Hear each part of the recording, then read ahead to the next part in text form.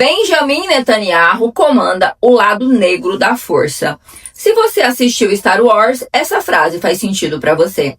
E se você assistiu Star Wars, talvez você também já tenha percebido isso. Benjamin Netanyahu tem uma semelhança física inquietante com Ian McDiarmid, o ator que deu rosto ao Palpatine.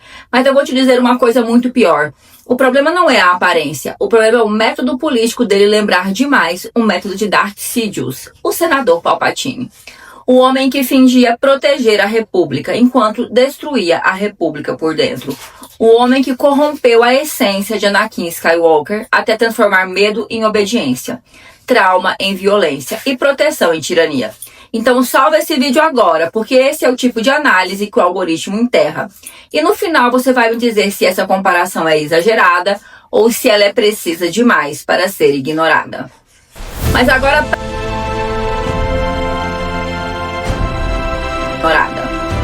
Mas agora preste atenção, isso aqui não é sobre cinema, isso é sobre poder. Em Star Wars, Palpatine não vence porque é forte, ele vence porque entende uma coisa que líderes perigosos sempre entendem. Gente com medo aceita quase tudo. Palpatine começa como senador, depois vira chanceler.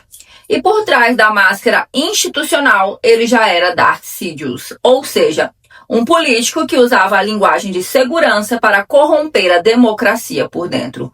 Ele alimenta a guerra, ele administra a crise, ele amplia a sensação de ameaça e quando a população entra em pânico, ele pede mais poder, mais autoridade, mais exceção, mais controle, mais silêncio em nome da segurança. Agora olhe para Benjamin Netanyahu. A grande narrativa política dele há anos é simples. Sem mim, o Oriente Médio entra em colapso. Sem mim, Israel está cercado. Sem mim, a democracia na região está em risco. Você percebe o tamanho disso? Ele não se vende apenas como um primeiro-ministro, ele se vende como um escudo da civilização, como barreira contra o caos, como um homem sem o qual a região afundaria na escuridão. E é exatamente aqui que a comparação com Palpatine deixa de ser meme e vira leitura política séria. Porque Palpatine também se vende como indispensável. Ele cria o medo, ele administra o medo, ele amplia o medo e depois aparece como a única resposta para o medo. Esse é o método. E essa é a parte que o mundo inteiro precisa entender. Líderes assim não apenas dependem de apoio. Eles dependem de uma atmosfera permanente de ameaça. Porque quando há paz, as perguntas voltam. Quando há paz, a investigação volta. Quando há paz, a cobrança volta. Quando há paz, a propaganda perde força. Mas quando há guerra, quando há trauma, quando há pânico, quando há sensação de inimigo absoluto, o debate democrático encolhe. Quando o debate democrático encolhe, líderes vivem da lógica da segurança. E esse é o método de Darth Sidious. Transformar medo em obediência. Transformar crise em autorização. Transformar guerra em permanência política. Se você entendeu essa comparação, comenta agora aqui embaixo, lado negro, porque eu quero saber quantas pessoas ainda conseguem enxergar o medo por trás da propaganda. E aqui entra a parte mais profunda, mais perturbadora dessa analogia. Darth Sidious não destrói suas instituições, ele corrompe consciências. O maior símbolo disso é Anakin Skywalker. Anakin não nasce Darth Vader, ele é empurrado para lá como? Pelo medo, pela dor, pela sensação de perda, pela promessa de que se ele aceitar mais poder, mais força, mais controle, ele vai conseguir impedir o caos. Essa é a essência do lado sombrio. Não é só a violência, é a corrupção moral pelo medo. E agora traz isso aqui para nossa vida real. Quando uma sociedade inteira é alimentada por trauma, ameaça e estado permanente de cerco, ela começa a aceitar coisas que em tempos normais talvez não aceitasse. Ela aceita mais militarização, mais exceção, mais brutalidade legitimada, menos crítica, menos empatia, mais concentração de poder nas mãos de quem promete proteção. Você percebe o tamanho dessa comparação? Darth Sidious corrompeu a essência de Anakin Skywalker. E líderes assim podem corromper a essência moral de uma sociedade inteira.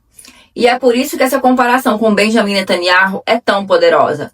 Porque o problema não é só ele lembrar fisicamente Ian McDiarmid, o ator que deu o rosto a Palpatine. O problema é muito maior. O medo político dele lembra demais o método de Darth Sidious.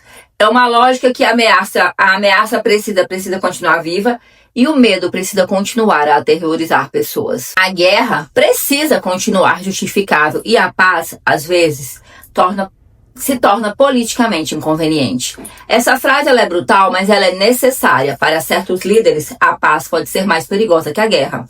Porque a paz devolve a verdade, devolve a responsabilidade, devolve a memória, devolve limites. A guerra, ao contrário, suspende tudo isso. Então, quando eu digo que Benjamin Netanyahu comanda o lado negro da força, eu não estou apenas fazendo uma referência pop. Eu estou dizendo que ele representa um tipo de poder que a história conhece muito bem. O líder que usa o medo para pedir mais autoridade. O líder que cresce quando a sociedade está em pânico. O líder que transforma a guerra em método de permanência. O líder que corrói a democracia dizendo que está salvando. Isso é Palpatine. Isso é Darth Sidious. E é por isso que essa comparação incomoda tanto. Porque ela parece cultura pop. Mas, na verdade, ela é uma leitura política universal. E eu quero saber de você.